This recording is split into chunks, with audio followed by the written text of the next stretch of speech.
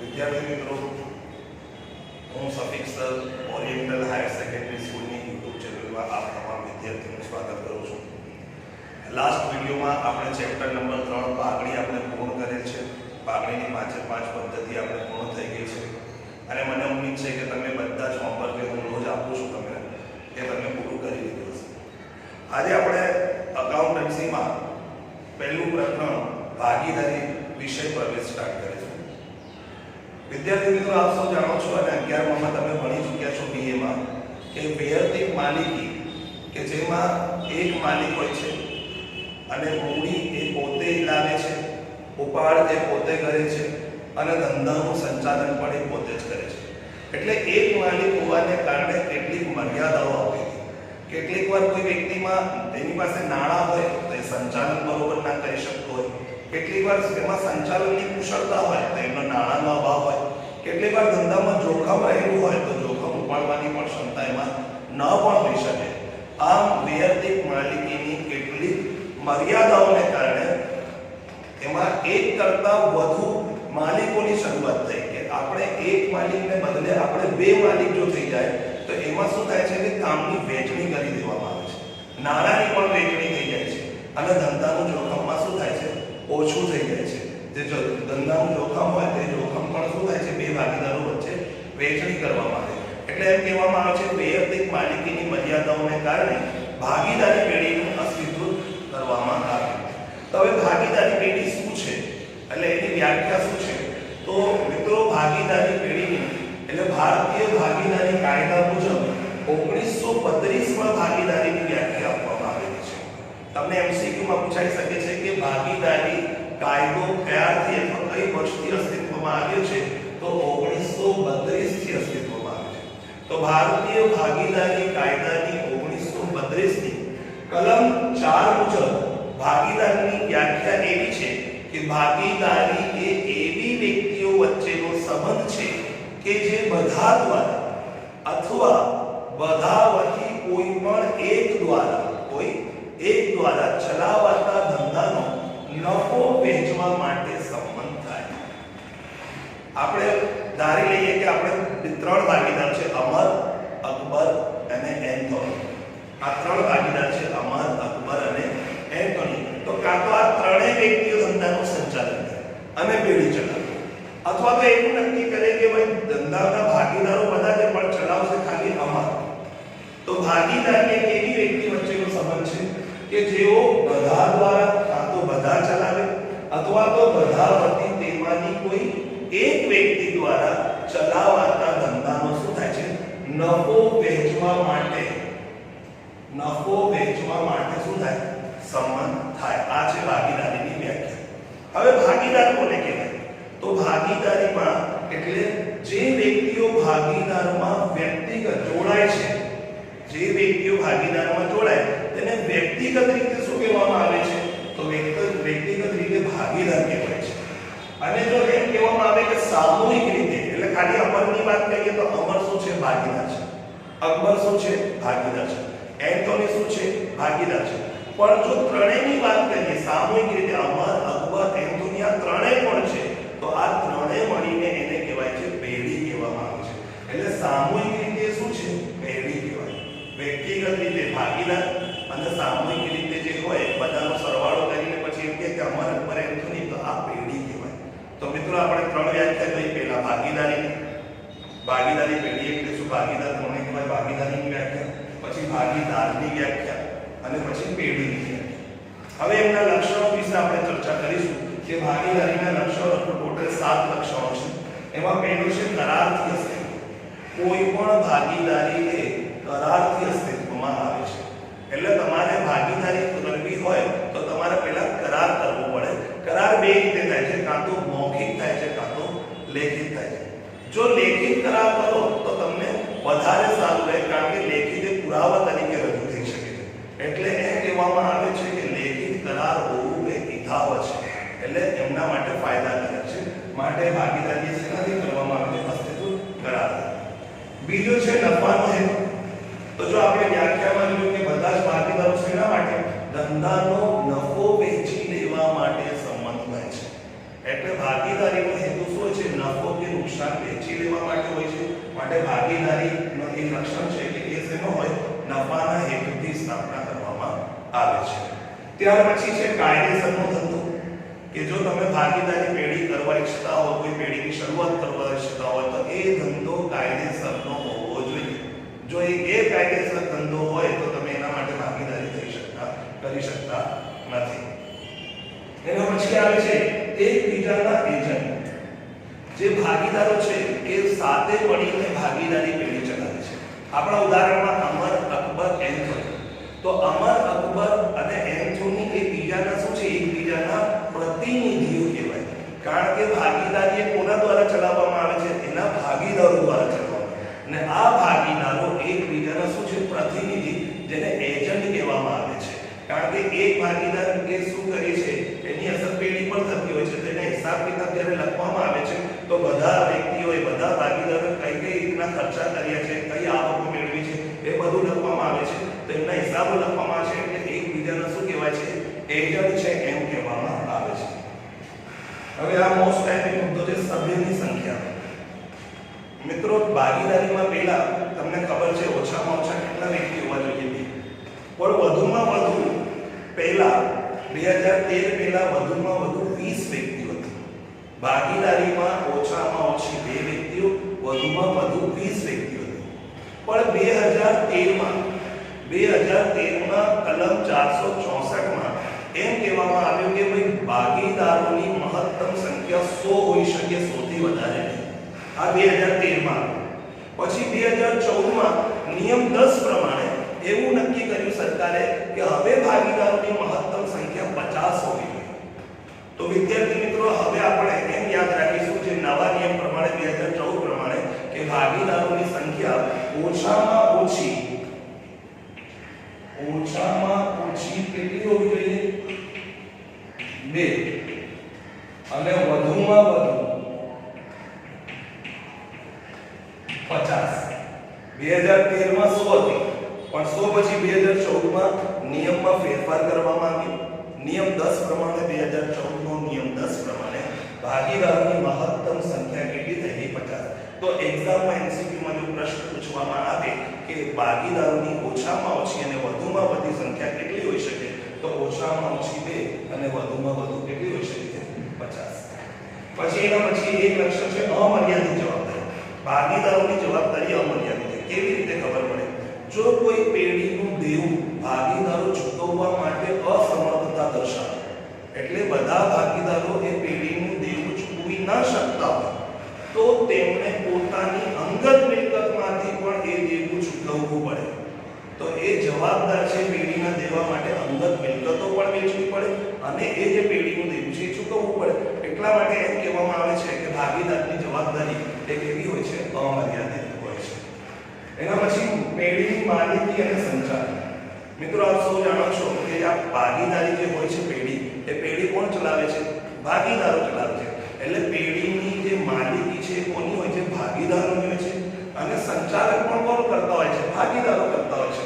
એટલે ભાગીદારી પેઢીની સંચાલન અને માલિકી બંને કોની હોય છે, ભાગીદારોની હોય છે. આ છે ભાગીદારોના લક્ષણો.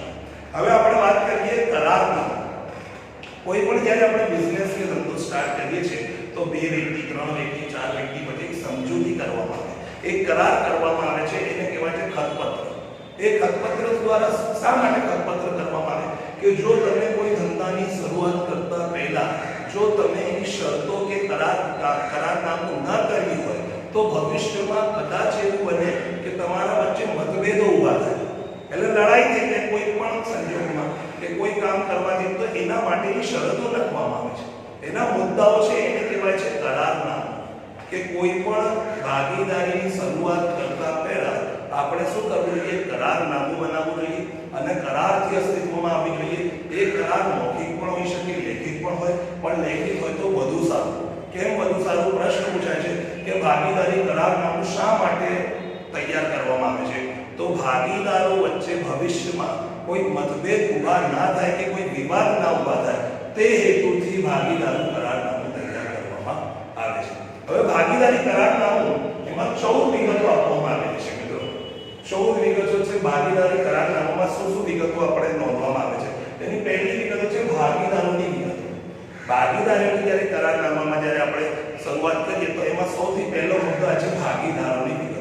એમાં ભાગીદારોના નામ લખવામાં આવે છે, ભાગીદારોને સરનામા લખવામાં આવે છે અને ભાગીદારોની અન્ય વિગતો લખવામાં આવે છે.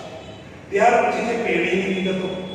તો આપણે પેઢીનું નામ શું છે, એ પેઢી કયા સ્થળે છે, એ બધી પેઢીની પણ વિગતો એ કરારનામામાં દર્શાવવામાં આવે છે. એના પછી છે ધંધાનો પ્રકાર. તમારે કોઈ પણ પ્રકારનો ધંધો કરવો હોય તો સૌપ્રથમ એ કરારનામામાં ધંધાનો પ્રકાર વિશે પણ ઉલ્લેખ કરવામાં આવે છે કે ભાઈ ધંધો કેવા પ્રકારનો છે, તો એની પણ આપણે ત્યાં અંદર કરારનામામાં કરવામાં આવે છે. પછી ભાગીદારનો આરંભ એટલે શરૂઆત, કે ભાગીદારી કે ક્યારથી અસ્તિત્વમાં આવી છે, કઈ તારીખથી અસ્તિત્વમાં આવી છે અને કોઈ અમુક ચોક્કસ સમય માટે થયું તો ક્યાં સુધી કરવાનું છે, એ બધી તારીખો પણ લખવામાં આવે છે. એટલે એમ કહેવાય છે કે ભાગીદારી કરારનામાની શરૂઆત, ભાગીદારીની શરૂઆત કઈ તારીખથી થઈ એ પણ કરારનામામાં લખવામાં આવે છે. એના પછી આવે છે મૂડી. જે પણ ભાગીદારો છે, બધા ભાગીદારો શું છે, મૂડી લાવે છે. પેઢીમાં શું લાવતા હોય છે, મૂડી. તો કઈ ભાગીદાર વ્યક્તિ કેટલી મૂડી લાવશે અથવા મૂડી લાવવી કે નહીં લાવવી એ બધી વિગતો કરારનામામાં લખવામાં આવે.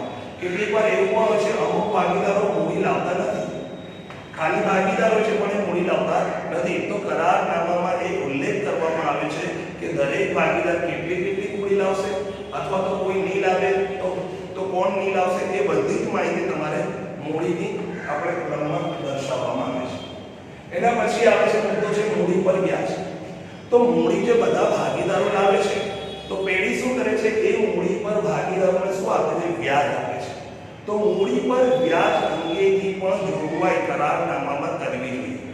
મિત્રો એક પ્રશ્ન આવે છે, એમસીક્યુ આવે છે કે જો ભાગીદારી કરારનામામાં કોઈ પણ પ્રકારનો ઉલ્લેખ ન હોય તો મૂડી પર કેટલા ટકા વ્યાજ આપવું પડે? તો નિયમ આવો છે કે જો કરારનામામાં ઉલ્લેખ ન હોય તો મૂડી પર વ્યાજ આપી શકાય નહીં. મિત્રો ખાસ ધ્યાન રાખજો, જો મૂડી પર વ્યાજ એટલે કોઈ માહિતી ન હોય તો કેટલા ટકા આપવાનું, આપી શકાય નહીં. પણ ભાગીદારી કરારનામામાં નિયમ આ છે કે ના આપી શકાય, પણ જો ભાગીદારી પર મૂડી પર વ્યાજ કરવાનું હોય તો આ વ્યાજ કેટલા ટકા લેવું, તો એ ટકા પણ શું અંદર લખવામાં આવે છે.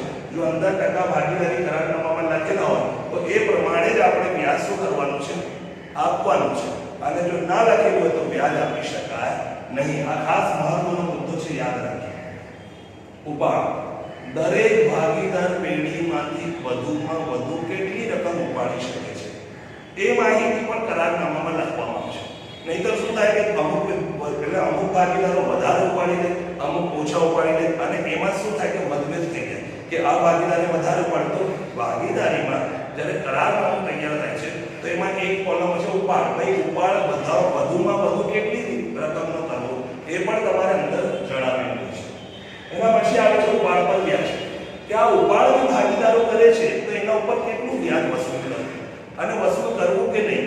તો જો ભાગીદારી કરારનામામાં કોઈ જોગવાઈ ના હોય તો ભાગીદારોના કરેલ ઉપાડ પર કોઈ વ્યાજ વસૂલ કરવાનું હોતું નથી. અને જો કરવાનું હોય તો તમારે કરારનામામાં અગાઉથી જાણ કરવામાં આવે કે 5% વસૂલ કરવું છે, 10% વસૂલ કરવું છે. જો કરારનામામાં લખેલું હોય તો વસૂલ કરવાનું અને એ ના લખેલું તો વસૂલ થઈ શકે નહીં. એના પછી આવે છે નફા નુકસાનની વહેંચણી. વિદ્યાર્થી મિત્રો આપણે વ્યાખ્યામાં જોયું કે બધા ભાગીદારો શું છે, નફો નુકસાન વેચવા માટે સંમત થાય છે. એટલે અગાઉથી નક્કી કરવામાં આવે. અમર, અકબર, એન્થોની આપણા ઉદાહરણમાં 3 વ્યક્તિઓ છે. આ 3 વ્યક્તિઓ નફો જે આવશે એ કયા પ્રમાણમાં મેળવશે. ધારો કે આપણે અંદર લખેલું 3:2:1 આ પ્રમાણે આપેલું હોય તો જો કરારનામામાં પ્રમાણ અંગેની જોગવાઈ હોય તો એ પ્રમાણમાં કરવામાં આવે. પણ આ સૌથી મહત્વનો મોસ્ટ આઈએમપી મુદ્દો છે. જો યાદ રાખજો, કેટલાક દાખલાઓમાં પણ આવે છે કે જો ભાગીદારો વચ્ચે નફા નુકસાનની વહેંચણી અંગે કોઈ માહિતી ના હોય તો નફો નુકસાન કયા પ્રમાણમાં વહેંચવું. તો મોસ્ટ આઈએમપી છે સરખા પ્રમાણમાં. કયા પ્રમાણમાં? સરખા પ્રમાણમાં વહેંચવું. જો ફરીથી કહું છું, જો વિદ્યાર્થી મિત્રો દાખલામાં કોઈ માહિતી ના હોય કે ભાગીદારો વચ્ચે નફો નુકસાન કયા પ્રમાણમાં વહેંચવું તો એવા સંજોગોમાં નફો નુકસાન સરખા પ્રમાણમાં વહેંચાશે. દાખલા તરીકે પેઢીમાં 30,000 નફો થયો અને આપણા ઉદાહરણમાં 3 વ્યક્તિ છે, અમર, અકબર અને એન્થોની, તો તમારે એ જો માહિતી ના હોય તો 30,000 ને 3 ભાગીદારો વચ્ચે વેચો એટલે 3 વડે ભાગાકાર કરો તો 10,000 10,000 10,000 આવશે. જો 2 ભાગીદાર હોય તો 30,000 ને 2 વડે ભાગી દો તો 15,000 આવશે. એટલે નિયમ શું છે? જો ભાગીદારી કરારનામામાં કોઈ જોગવાઈ ના હોય તો ભાગીદારો વચ્ચે નફો નુકસાન સરખા પ્રમાણમાં વહેંચવું. એના પછી આવે છે ભાગીદારને પગાર, બોનસ કે મહેનતાણા. તો મિત્રો ભાગીદારને પગાર, બોનસ કે મહેનતાણા અંગે કોઈ જોગવાઈ ભાગીદારી પેઢીમાં હોતી નથી. એટલે આપવું કે નહીં આપવું એની કોઈ જોગવાઈ નથી. પણ જો કોઈ ભાગીદાર સક્રિય હોય, પેઢીમાં ખૂબ જ વધારે કામ કરતો હોય તો કરારનામામાં કોઈ સક્રિય ભાગીદારને તેના કામ કરવા બદલ કેટલીકવાર પગાર, બોનસ કે મહેનતાણા આપવામાં આવે છે. જો કરારનામામાં આવી જોગવાઈ હોય તો એને આપવાનું, જો કરારનામામાં જોગવાઈ ન હોય તો મહેનતાણું, પગાર કે બોનસ આપી શકાય નહીં. ભાગીદારે પેઢીને આપેલ લોનનું વ્યાજ, આ બહુ મોસ્ટ આઈએમપી મહત્વનો મુદ્દો છે જે તમને દાખલામાં પણ આવશે. જો કોઈ ભાગીદાર અમર, અકબર અને એન્થોની, આ 3 ભાગીદારોમાં અમર પેઢીને 50,000 ની શું આપે છે? લોન આપે છે.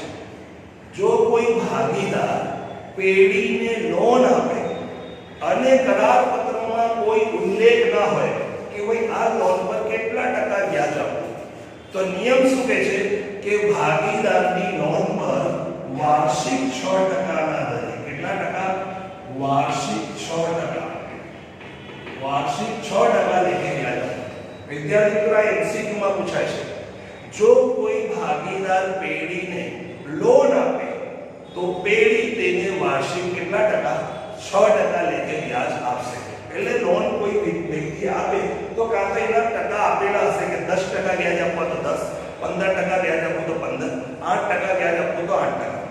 પણ જો કોઈ સંજોગોમાં વ્યાજ અંગે ઉલ્લેખ જ ના હોય તો નિયમ શું કહે છે કે એ ભાગીદારની લોન પર કેટલા ટકા?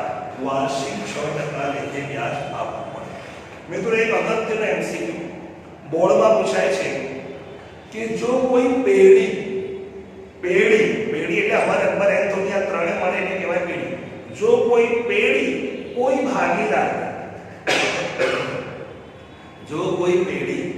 ભાગીદારને લોન આપે અને તેના વ્યાજ અંગે દાખલામાં કોઈ સ્પષ્ટતા ના હોય, કરારમાં કોઈ સ્પષ્ટતા ના હોય તો કેટલા ટકા વ્યાજ આપવું પડે?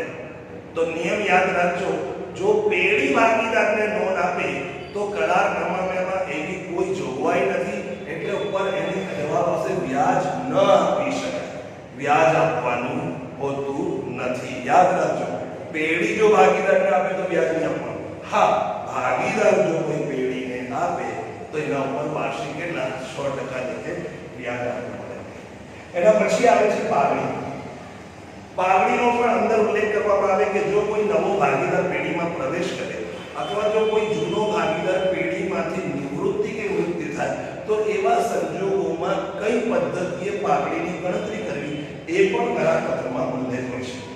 એના પછીનો પ્રશ્ન છે, એનો મુદ્દો છે પ્રવેશ અને નિવૃત્તિ.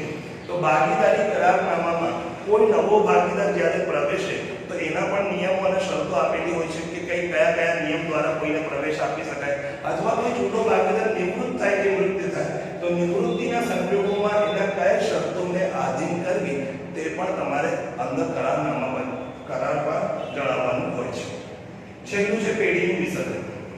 વિદ્યાર્થીઓ, પેઢીનું વિસર્જન કે ભાઈ પેઢી એ વિસર્જન કયા સંજોગોમાં કરી શકે છે અને કઈ રીતે કઈ પદ્ધતિ દ્વારા એનું વિસર્જન થાય છે એ પણ તમારે કરારનામામાં દર્શાવેલું હોય છે. એટલે આ 14 મુદ્દા છે જે આપણે જોયા. એ ભાગીદારનું શું છે? કરારનામું છે, એને કહેવાય છે ખતપત્ર. તો વિદ્યાર્થી મિત્રો, આ જેટલું પણ લખેલું છે એ તમારે ભાગીદારના લક્ષણો તમારે તમારા ચોપડામાં લખી નાખવાના છે ઘરેથી, અને ભાગીદારી કરારનામું પણ તમારે ચોપડામાં લખી નાખવાનું છે. હવે આપણે નેક્સ્ટ વિડીયોમાં આગળ દાખલાઓ જોઈશું, એની 2 પદ્ધતિઓ છે એના વિશે ચર્ચા કરીશું. ત્યાં સુધી ધન્યવાદ.